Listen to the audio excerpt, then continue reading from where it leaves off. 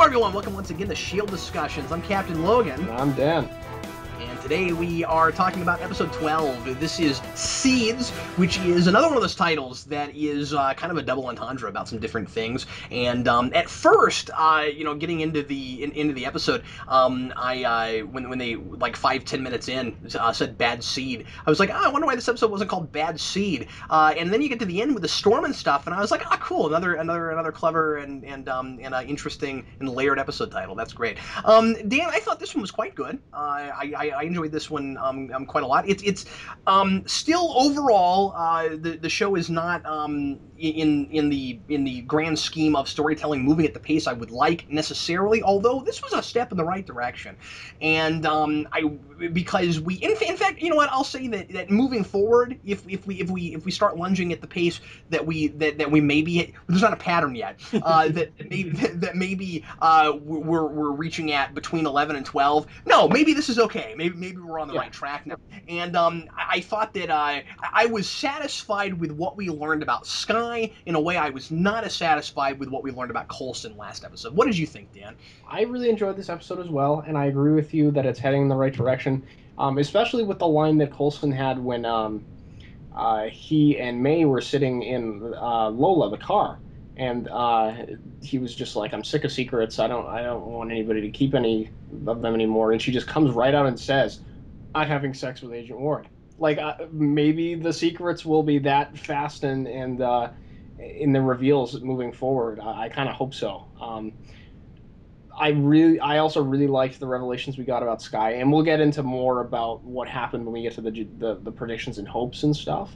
Right. I suppose, because there's a lot of interesting things with that. But basically, we learned that Sky, the lady who dropped her off at the orphanage, was not her mother. That was, in fact, a S.H.I.E.L.D. agent, or an agent of some kind, and she had superpowers, and a bunch of people died trying to evacuate her from a village in China, and they eventually brought her back here, and all the people involved in her rescue are getting executed, assassinated. So that's really interesting.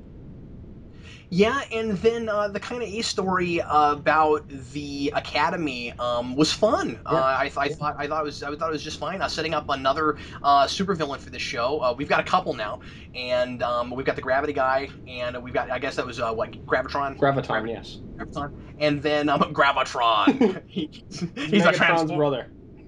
Yes, I am Gravitron. and then now we've got this ice guy, and yes, Blizzard, an Iron Man, Blizzard, in fact. Yeah, and that's neat. Still going to more of the kind of C-stringers that people don't know that well, but that's fine. I like that, because if we bring them in again, and I'm sure that we will, and we do some things and build them up in the show, then they can be a big deal for this show. We've talked about this a lot, where the Marvel Studios is probably keeping a really tight leash on them of what villains they'll let them use and what characters in general they'll let them use, because they've got their own plans. And it's just like dealing with Marvel editorial, right? They'll let you have certain characters, but this has got to be a lot more restrictive, because they've got to think far in the future about what things they might put in movies, and it takes a little longer to make movies than it does comic books.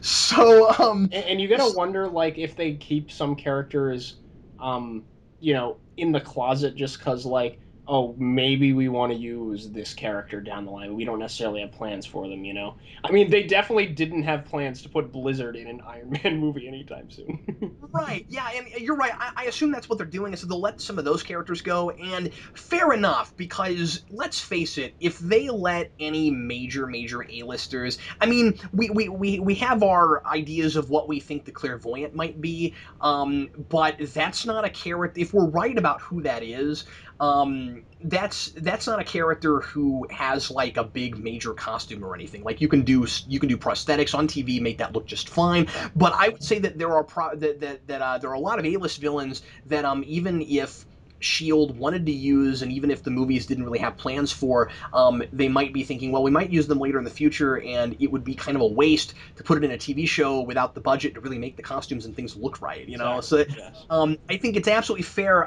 and I completely understand a show like this wanting to go its own way and wanting to have its own cast of characters. And so, as long as in the future they bring these guys back and they do interesting things with them, and they make them, I want to see these guys be, Blizzard and Graviton. I want to see these guys be a huge deal for this show, for these Exactly. people. Yes. And I think there's a really good chance of it. So far, 12 episodes in, I feel like there's just a lot of setup in the show right now, and we're setting up a lot of stuff that has a really good potential to be absolutely fantastic later on. Having said that, there are some great ideas in this episode. There's some really interesting stuff, and I especially and doing more stuff. Making Fitz and Simmons more relevant, making Sky more likable. A lot Oh, of people have been definitely. complaining for a long time about how annoying she is and how wasted she seems to be in the show. I think that's turning around real hard at the end of this episode, real hard. I agree. And I think I think this is going to very quickly change some people's minds about her. I hope I'm right about that. And I've always liked her, but I've Me also too. always understood some of those complaints. And I guess a lot of it was I was kind of looking toward the future, and I had my own ideas of what that character could be.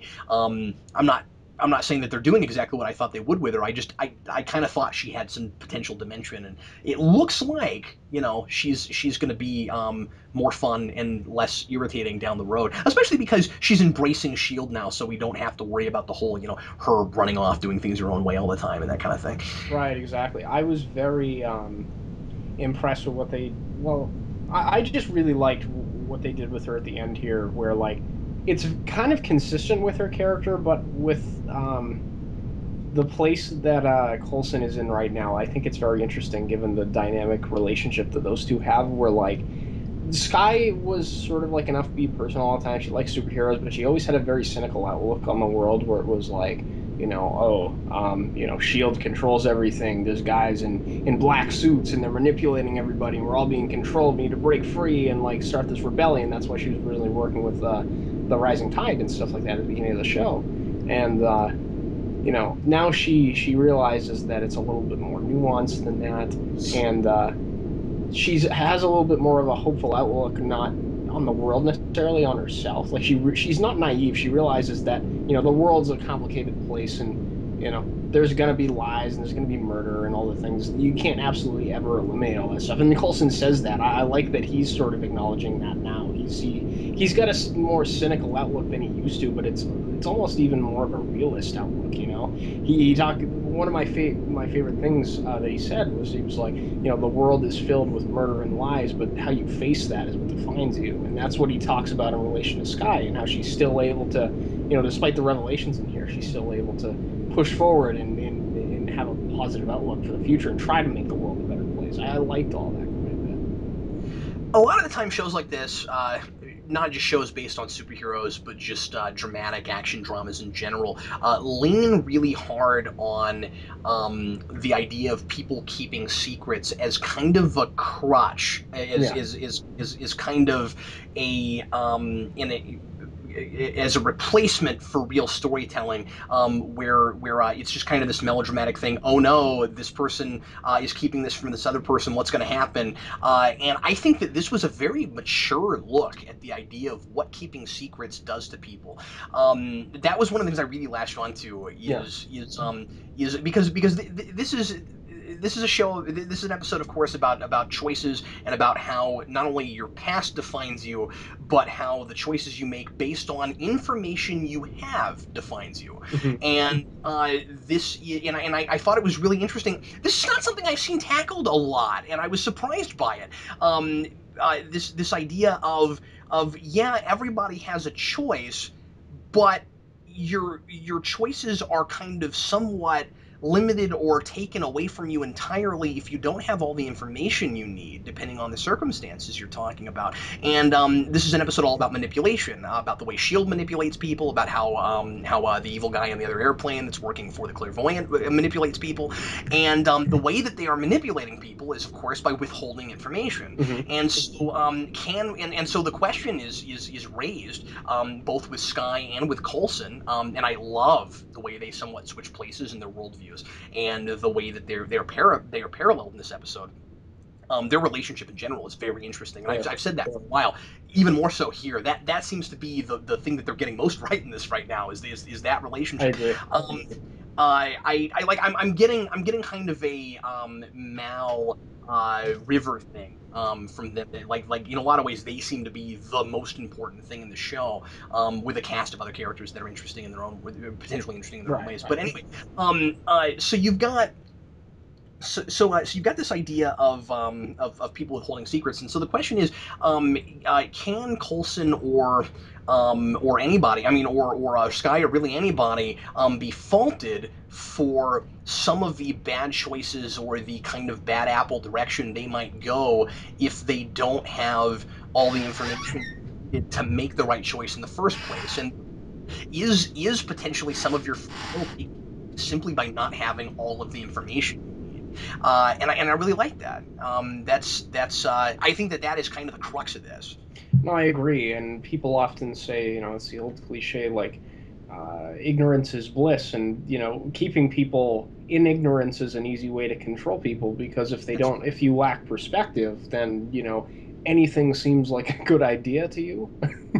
Like, you see that happen all the time. Like people in positions of power, the certain people they want to control, they'll keep them down, keep them uneducated, keep them stupid, and that makes them easier to and more suggestible to things that someone in their right mind or someone that's a little bit more worldly would not agree to because they have developed morals and stuff like that. So yeah, I agree with you. I think it was a very realistic way to examine that sort of thing. I had never thought about it in exactly these terms before. I mean, like the idea that ignorance is bliss because without certain information, you can't really be held accountable. Yeah. We saw this with like Cipher in the Matrix, right? Where like what he wanted to do was ruin his friends for the sake of getting plugged back into the Matrix, and then importantly he wanted his memory taken away Mhm. so that he could live in the Matrix, never knowing what he did. Well, is the guy who got his memories taken away still the same guy that ruined his friends, and can he be held accountable for his actions? Ignorance is bliss. That kind of thing is very interesting, and Yeah. that's so. So there's some of that here. What I really like is that Coulson makes this choice that he didn't have to make immediately, almost immediately after he gets that information and talks to May, and May tells him you can never tell her what happened that day with the agent.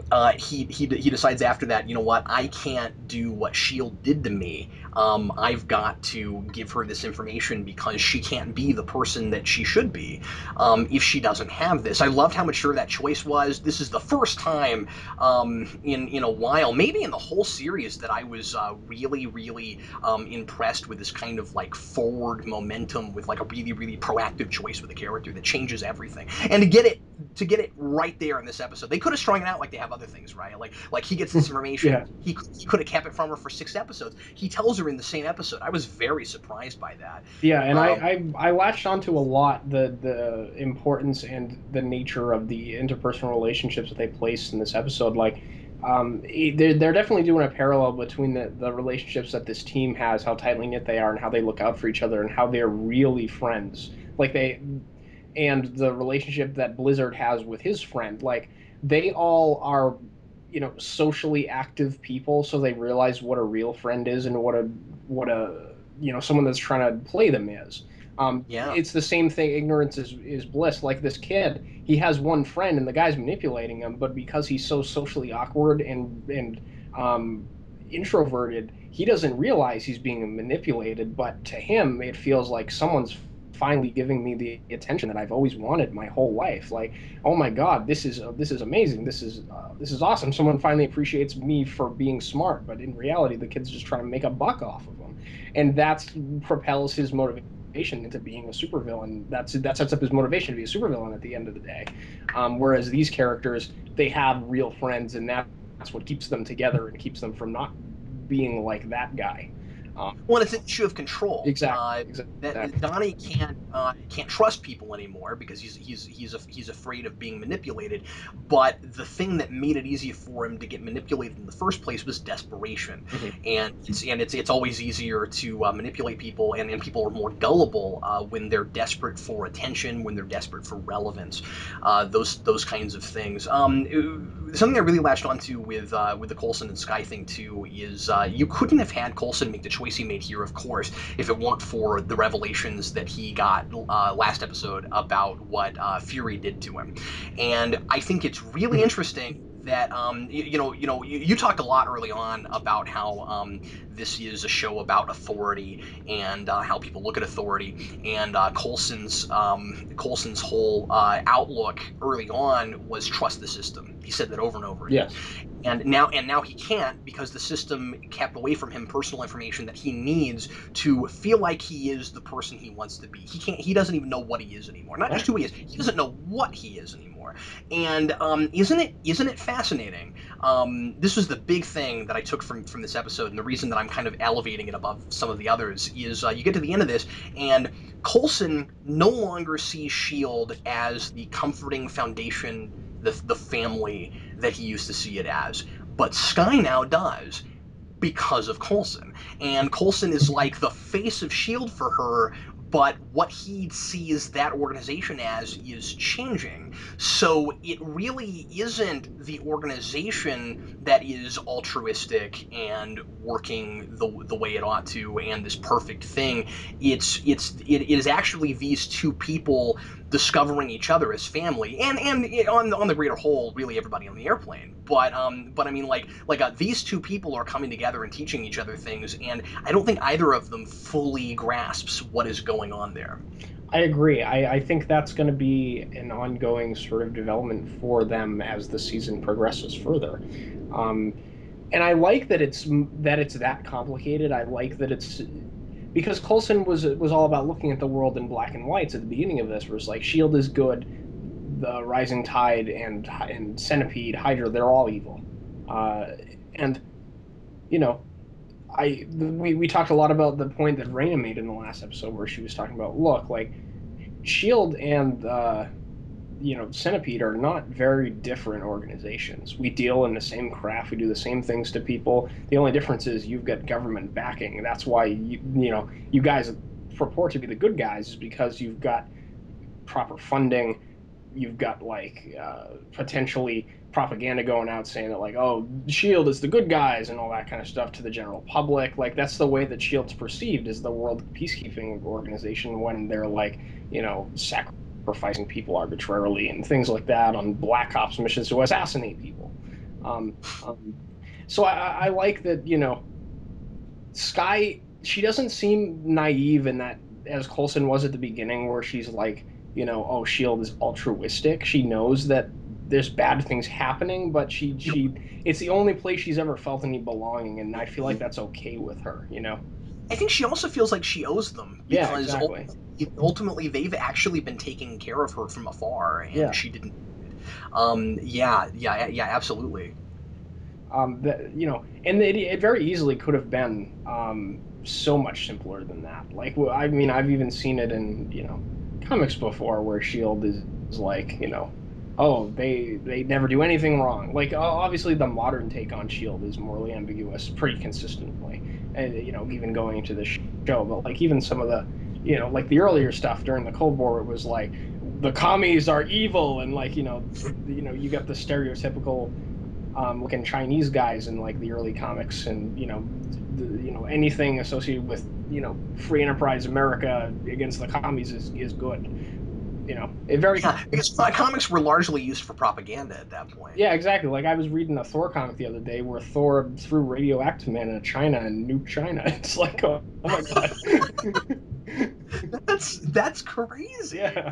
But anyway. Yeah, and also with Centipede, you have the classic comic book trope, and I mean I know Shield isn't superheroes, but they're definitely playing with this of not just are they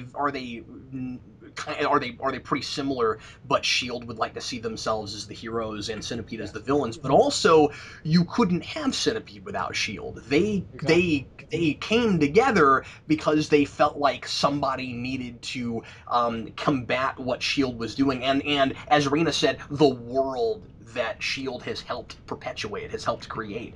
And yet Shield is going against them and trying to stop the things that they're doing and the people that they're turning into super soldiers and things. And so it's Joker Batman 1989. You created me, but I created you first.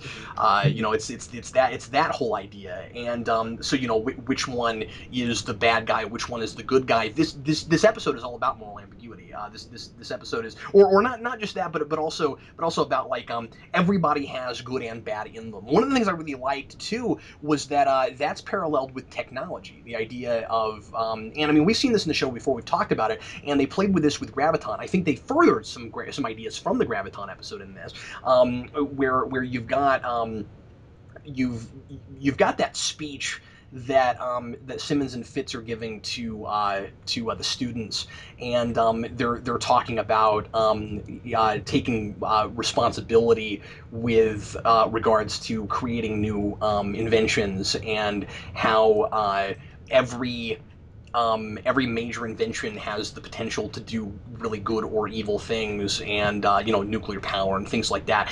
But isn't it interesting that people are exactly the same way? Right. And we as people are the people that create those things. And so the difference between us and technology is that we're the ones that have to push the button that says either blow things up or power my house. And so I like that. It's kind of a parallel, but it's also but it's also simply using technology as an extension of people. Yeah, and I like the whole thing that's going on in these past two episodes where you were mentioning like the world that Shield created and how it's being combated and changed. I like how they're sort of highlighting with doing a little bit more of the superhero stuff here with the super soldiers in the last episode, Sky in here and Blizzard, where it's like the thing that really shook up the power base that Shield has is the fact that superheroes emerge. Like you take that away, the status quo might not have ever been able to be challenged. Like this organization might not have been able to exist. It's almost like a nuclear arms escalation kind of thing. Oh yeah, absolutely. It's very interesting. I like that aspect of it too. There's definitely a lot of interesting ideas going through this episode. It's much more dense than some of the previous ones. Yeah, I don't feel like they're as generic as some of the episodes in the past, where like we found some ideas that we could talk about, but I feel like kind of in the same vein as a lot of other things that I think that there was some some real exploring these ideas going on in this, and they were really thinking about it and trying some stuff. So I don't know. I really liked it a lot. It was quite good. I have a question for you about the Sky thing. Sure. Let's get now into the plot mythology of the show. Let's get out of the boring stuff and talk about the things people came to us about. Dan, did I tell me if I missed something, or if this was left as ambiguous as I thought it was. Two things about the Sky thing. Once again, I liked what we were given about that, but I thought that it was loose enough that I was a little bit confused about things. First of all, if they knew she was an 084 as a baby, why isn't she like? First of all, how did they know that? And secondly, why doesn't she know she has superpowers if she was exhibiting things that early? Like, I'm very confused about that. The only thing I can think of is that she has pheromone powers that aren't at all visible, and she's Spider-Woman. No, I know that, but then how did they know that she was an 084 as a baby? That's what I can't figure DNA out. test, possibly. I'm not really sure. Like she I could. guess that's all it would have been, but the problem is they wouldn't have just simply tested her and went, "Oh man, she's maybe got superpowers." This was before they were looking for that kind of stuff. Yeah, true. I'm That's not what's really confusing sure. about it. It was really plain. I thought they were, and I thought maybe I was missing something, but it seemed like they were playing it up like she had superpowers and it caused some kind of incident, and somebody had to go get her. Like if it's the pheromone powers like we think it is, then I don't really understand how that works. But also, even if it was something somehow bigger, why hasn't she ever displayed anything where she would know she had superpowers? It's like, what is going on there? Yeah, I don't really know. Um, Hopefully we get, you know, the full version of that passed down the line, which I'm pretty sure we will. That's been the one of the big mysteries of the show so far. And it's kind of like the Coulson thing. Maybe you wish you got a little bit more than we actually did. Yeah. Yeah, Um, exactly. And that's my only complaint about it yeah, because it just yeah. seems. I guess I'm not trusting the show enough to be sure, to be absolutely positive they're going to give us all of that.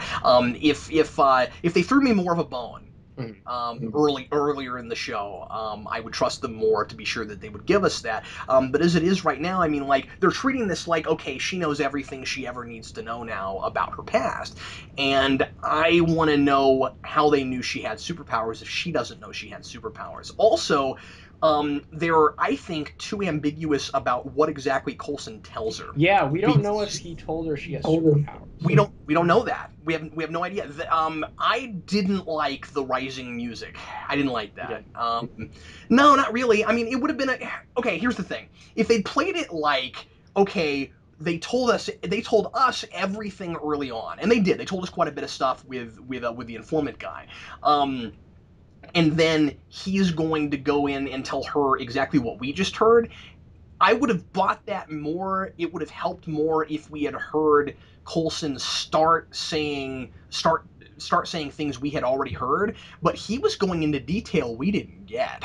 And I didn't really care for that. He's like, well, there was this village and people got, and I was like, I didn't get any of that. They Like, told you that in the previous scene with that guy. That was all there, wasn't it? was it all there? Yeah, he was talking about how they went to the village and they rescued her. Well, they said that, but I mean, like he was specifically throwing out numbers of like how many people got killed and stuff, and I was just like, I guess I just felt like maybe there were going to be some details that he was telling her that I didn't get. I don't know. I thought it was all there, but maybe I'd have to watch it again. I don't know. Okay, yeah, maybe so. Maybe I missed it. Yeah, and it might be the other way around too. Maybe I was just assuming. I'm not sure. I watched it twice, and I didn't think that we got everything. It's not that important. Yeah, The thing that I'm nitpicking a little bit when I say that. It was just it felt like a little bit of a cheat. Because I felt like there was a good chance that Coulson was either telling her things that I didn't get, or more importantly, um, not telling her things that I needed to know what he wasn't telling her. right. I That's a was thing. of two minds about it because if he was gonna like go into the whole story and like relay to her what we just found out in that scene, I wouldn't want that. it would have been tedious too, you know. But No, I'm with you. Like I would have liked to have heard that whole conversation because it was such an important one. If they had found a way to tweak the writing so it was a little bit more clear as to what was said, and um, all they had to do was have a thing at the end. If he told her she had superpowers, all they had to do was do a thing at the end where she was like, "Holy crap, I can't believe I have superpowers," and have some dialogue with somebody about it. Doing it the other way, we would have actually needed more of that conversation. I don't want to belabor it, but that was my biggest reservation about the Sky thing. and I don't know. You gotta wonder how much Coulson would be comfortable not telling her at this point, like where he is right now, too. Yeah, That's why another thing I would just thought of because, like, any information after he made such a big deal with May out of we need to get all the secrets out in the open, and he's so anti the way Fury handled his death now. right. So I don't know. It'll be interesting to see how they handle it next episode. Hopefully, it's not just dropped and we do, a standalone episode. Like they've done that before. Like they've left us with stuff at the end that's real heavy, and then we just do kind of like a fun episode, and then like a couple episodes later they talk about things again. So I hope it's not dropped at least for the next episode anyway. Yeah, me too. Another thing that perplexes me a little bit. Tell me if you had this. Sure. I'm wondering why Coulson isn't questioning more the reason that he was brought back to life. Like, he's really worried about what exactly happened to him and like whether or not he is exactly the same person he used to be, but he doesn't seem to be all that concerned with the reason it happened. Yeah, that's very interesting. I mean, it makes one think that like there's a possibility he knows why he's so important and the audience just hasn't been told. Who knows? Yeah, that's an interesting question. Good point. That bugs me a little bit Yeah. because you know when you and I were talking last episode about how we were a little bit frustrated that we didn't get more about the why and not just the how. We had a few people in the comments that were like, well, you know, the how you know, is what they wanted to tell us now, and that was important, and that's you know maybe now you know Coulson will try to get to the why, but the problem is I don't see here that Coulson is even curious about that, and I would be. Oh, The first yeah, thing that I would would be my first question. Why? the first question I would have would be, why was I so important to be brought back from the dead? And so just so everybody knows, that's the reason I was a little bit disappointed with not getting more last episode, because I wasn't as interested in how they brought him back to life. You could come up with any kind of comic book conceit or device that you wanted to in order to do that. What I was much more interested in was the reason that he was so important, that Shield felt the need to bring him back. Now we didn't know for sure that it was an actual resurrection until last episode, so I'll give you that. I mean, they certainly told us Right. something. Right. We can be pretty sure now that he's not just straight up like a robot or something. Yeah. But and some people in the comments were also theorizing that perhaps Coulson was never really a person, and that he was always a created thing by Shield. That's possible, Yeah. that could explain a lot of things. So yeah, I just don't get why he's not asking. Why, that's what I want to know. That's the big. What is so important about Agent Coulson? We've seen plenty of other agents die in the show, and they're not going out of their way to try to resurrect them. So I need to know Yeah. why Coulson. So, in fact, the episode where they go to the Shield headquarters, Victoria Brand makes a big deal about how expendable the agents are. Yeah, exactly. So I'm not saying there's not a reason. I'm not saying we're not going to get it. But my point is, I would be much more okay with. Again, I would trust the show more. I would be more okay with having to wait if Coulson was at least wondering about that. It makes me feel like the show is either like missing something really essential that they're just not thinking about, that like a human being would wonder about, or that they're like hoping we won't notice for some reason because they want to string us along. I'm not sure what's going on. That's all I'm saying. It's storytelling wise, I think it's clunky. That's all I'm saying. Yeah, sure, fair enough. Um, yeah, I'm wondering about that a little bit myself. I'm hoping that in subsequent episodes, that's something that we start to address. What else? Silly little random things. Okay, the boiler room was kind of cool looking. I thought that was a It neat idea. was. I enjoyed going to the school. I wasn't sure about the whole thing of like the rivalry between the different departments because it's all like the same institution. I thought that was a little bit strange. Maybe that's a thing that actually happens. I don't know. But the boiler room was funny to me because I couldn't figure out if the faculty at that point actually knew it was there or not, because they treated it like an old thing where like early on they would go there and get away from the faculty and nobody would know about it, but like the way it's souped up now with like a bar and Yeah, stuff, they have you to can know tell about it. it's a secret at this point. Yeah, it's definitely not a secret. They never come out and tell you, so I thought it was kind of funny. Yeah. I was like, wouldn't it be great if they treated it like the No Man's Land bar in I don't know if you ever saw this show, Dan, in Birds of Prey, where like it's underneath the collectible shop and nobody knows about it, but it's this huge full bar. No, I've That's never what seen that show. That's funny though.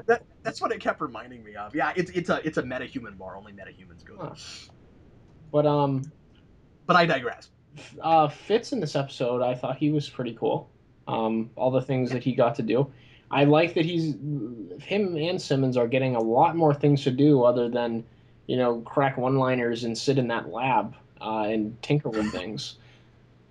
You know, it might bug some people that they were that they're such like heroes to the underclassmen at the school. I actually thought that sort of gave them a little bit more credibility. Yeah, and I like that we put Fitz in a position where he's doing the same exact thing to that kid that the kid who was pretending to be his friend to use him for money was. Like I don't know, that kid has a reason to be like the way that he is. You know what I mean? Like even his hero tries to manipulate him and trying to do something. Yeah, that's true, and that's sometimes the price that people have to pay for having these amazing talents nobody else has. Everybody, the good thing is that you have this great talent and you can use it for great things, and people will potentially really appreciate you for it. The bad thing is everybody wants a piece of you. Exactly. And Ward even does that, like not in an antagonistic or bad way. He kind of does that to Fitz, at one point when he makes him go and hang out with the guy, and Sky and Simmons turn around and they're like, "Oh, you can get it." They're pretty much are like, "You can get him to do anything you want, can't you? Because you guys are like good buds now." I thought one of the better moments in the show, and one of the more human moments of the show, was the way they paralyzed. That moment where Fitz got Professor paralyzed. X comes in the show. It's great. The moment where they parallel Fitz and Donnie, and they show Fitz as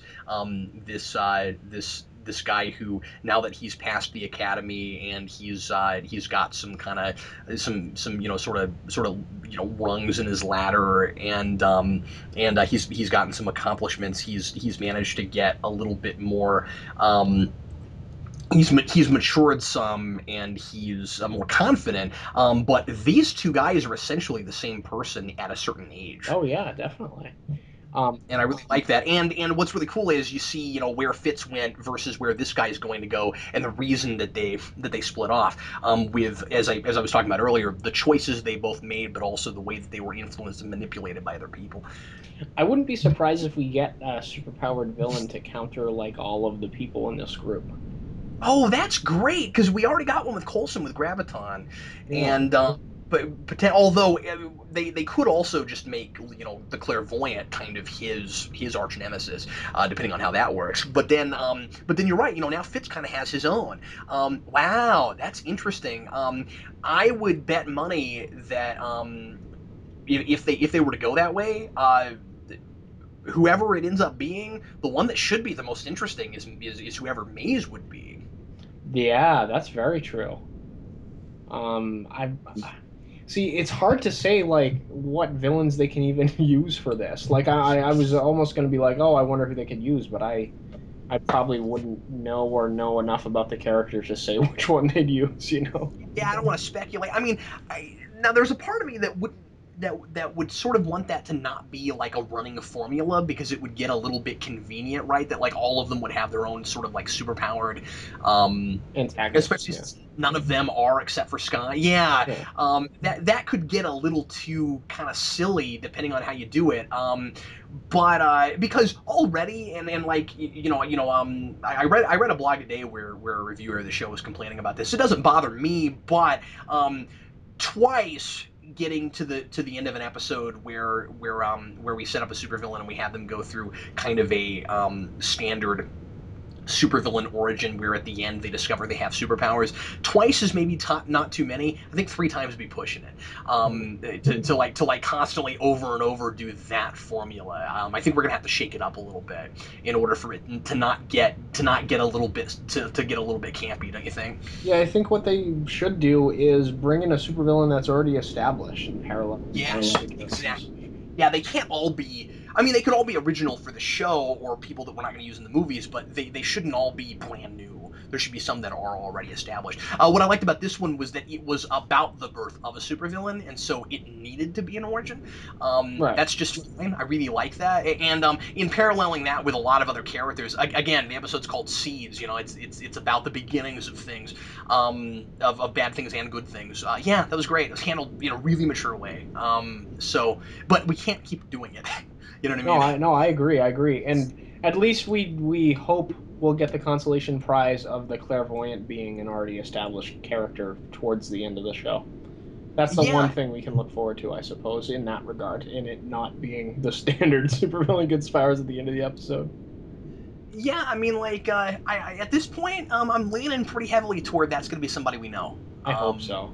I just don't know why they would give him this really generic, broad nickname. That's kind of supposed to be ominous. If it and then at the end it's like, oh, we made up this character. Yeah, exactly. It's kind of like uh, you know, Batman Hush, where they're like, "Who is Hush? Who is Hush?"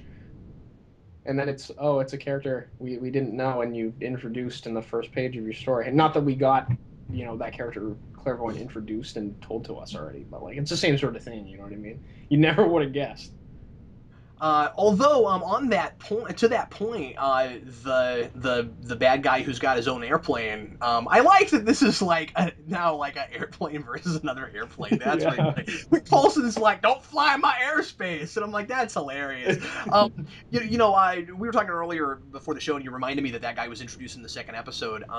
We were seeding the Clairvoyant pretty early that way. If this guy is related, now they could very easily have. This could have been an afterthought. They could have gone, let's have this guy have been working for the Clairvoyant the whole time. But I kind of doubt it. I kind of think that was probably in there. At least I think it was the second episode. I might be mixing them up in my brain, but it's the episode where they infiltrate this guy's compound. This guy's wearing the pink dress. She goes in there and she's mingling with the guests. And oh wait, no, that was way later than second episode, wasn't it? I don't remember. I don't remember either. Yeah. Well, it was. No, I think it was later than that, but I could be wrong. I don't remember. Whatever.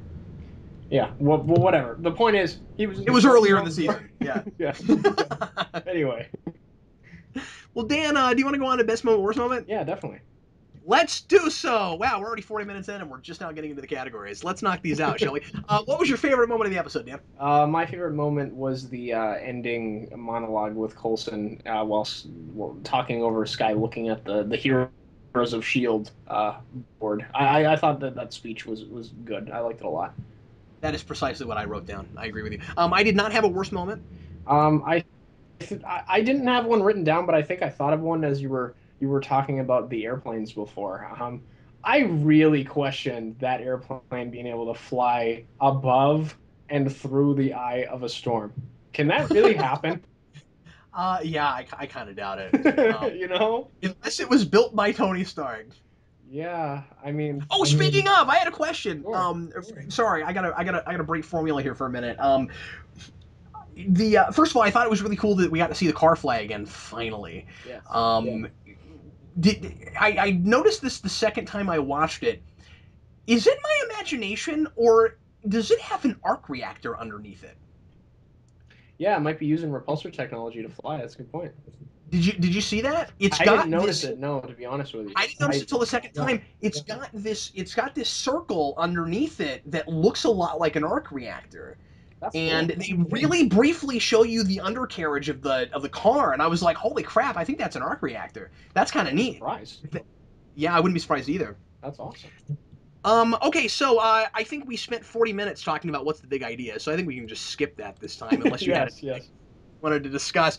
All right, guest stars. The big one this time is Donnie, the guy being set up to be Blizzard, and his name is Dylan Minnette. He was David Shepard in Lost. He was Jack's son that we find out about when Jack goes back off the island in the flash forwards in that show. I knew I recognized him from somewhere, and I was racking my brain the whole freaking episode trying to figure out who it was. And I finally looked it up and went, "Oh, that's who that is." He was also in Prisoners this last year. So he was one of the kids in that. So anyway, yeah, he's quite good. I thought he was pretty serviceable. Yeah, I thought he was pretty good. He didn't blow me away or anything, but he played an awkward teenager pretty well. He could end up really growing out of his shell and getting kind of big and fun as a villain. Who knows? Yeah, we'll see. Because if you think about it, they might have told him to act that really reserved, because later on he would be an over the top supervillain. Oh yeah, definitely. So this has possibly the most comic book references of any of these we've had so far. Okay. Yeah. Bucky Barnes was mentioned. Bucky Barnes was on the Bucky wall, Barnes was mentioned. Hydra was mentioned in but so was AIM. yes, AIM was as well. And that's the first time we've had that. In fact, you and I talked at length when the show first started about what we thought Centipede was, and for a while we were thinking maybe it was like a conglomeration somehow of like AIM and Hydra, and they gave us all three in a sentence separated out. So now I'm thinking that's probably not the case, but it's still possible that Centipede is related to either or both of those. There's really no reason it couldn't be. I think it's very likely it's Hydra. Just because the fact that it's centipede is like a hydra looking thing. The tide, that's where hydras come from. I don't know. Like there's all these allusions to hydra, especially in the first episode too. So I'm still gonna stick with that theory. Also, and then of course Blizzard is actually a comic book character. Yes. Ian Quinn is not a comic book character. And I know he was in a previous episode, but we didn't talk about this. But I looked this up, and there is a Peter Quinn in Marvel Comics who was in the Brotherhood of Evil Mutants, and he was just this like mercenary terrorist guy that Magneto worked with. Oh, So I don't know if that's a coincidence or not. Reading his biography, and I didn't know anything about that character. I couldn't really pinpoint anything where those two characters seemed similar in any way at all. Um, yeah. so that Quinn is a pretty uh, you know uh, a popular name. Oh, So agreed. Yeah. anyway, did you have anything else? That was all I came up with. Uh, Other than the they didn't say Blizzard, but the guy's name, that's the second Blizzard guy from Michelini and Layton's run on Iron Man. Okay, let's go on to predictions now. I feel like we've covered some of this, but do you have anything major? I think that Sky is Spider Woman again, still, because now we know she has superpowers. She doesn't know she has them at least until potentially Coulson tells her. We don't know if that was a thing or not. But they're not superpowers that are like visible enough, manifesting them in the way that Scott Summers is shooting eye beams out of his face. That's pretty easy to notice. Her powers are more subtle than things like that, which makes sense for someone that's in the spy profession. So Spider Woman's got the pheromone powers where she can persuade people to do things, and they talk about her having powers, and then it cuts right to a scene of her persuading a bartender to get information out of him, and Ward's like, "Oh, the bartender was chatty, huh?" So I was like, "Oh, that can't be a coincidence. That's gonna be what her superpower is." They are handling that really subtly, I think. I think that's great.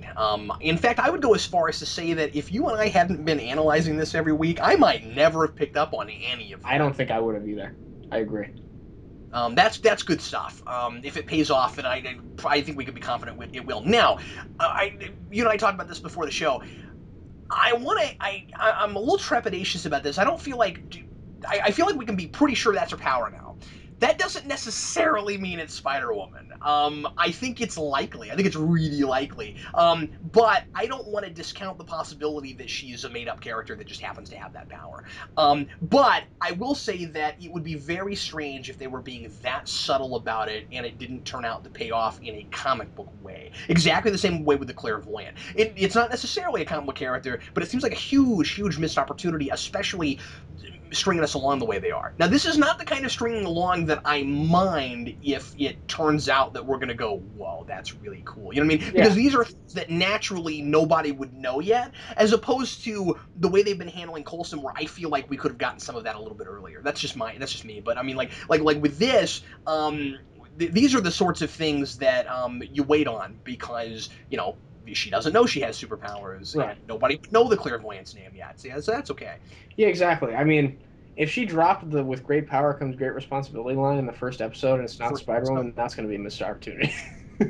Yeah, that is great Whedon writing. It would be a really smart way to be able to do anything remotely related to Spider-Man lore in the Marvel Cinematic Universe. I think that if that turns out to be the case, it might be the thing that changes some people's minds a little bit on this show not feeling enough like it's a Marvel property, like it's in that universe, and just not caring for the show in general. Because that would be a really major thing for it to add to this universe. The movies aren't going to be able to do anything Spider-Man related, unless I something don't ever know.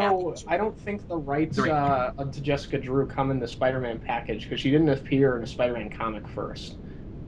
No, I know that we've talked about that. Yeah. My point is, it'd be a spider something. You know what I Right. mean? Like Yeah. Yeah. I'm just saying that it brings in something remotely related to that. It's the only thing they could do. Yeah. Yeah. Exactly. And, it's my point is it's the one big contribution that the show and not that they can't do potentially others, but it's a big contribution that the show could bring to the Marvel Cinematic Universe that the movies are probably not going to. Right. And That'd be great. it'd be very interesting to see if they'd ever put Spider-Woman in a movie if it ends up being her because she's a character that's worthy of being around the Avengers and stuff. She's a mainstay Avenger now.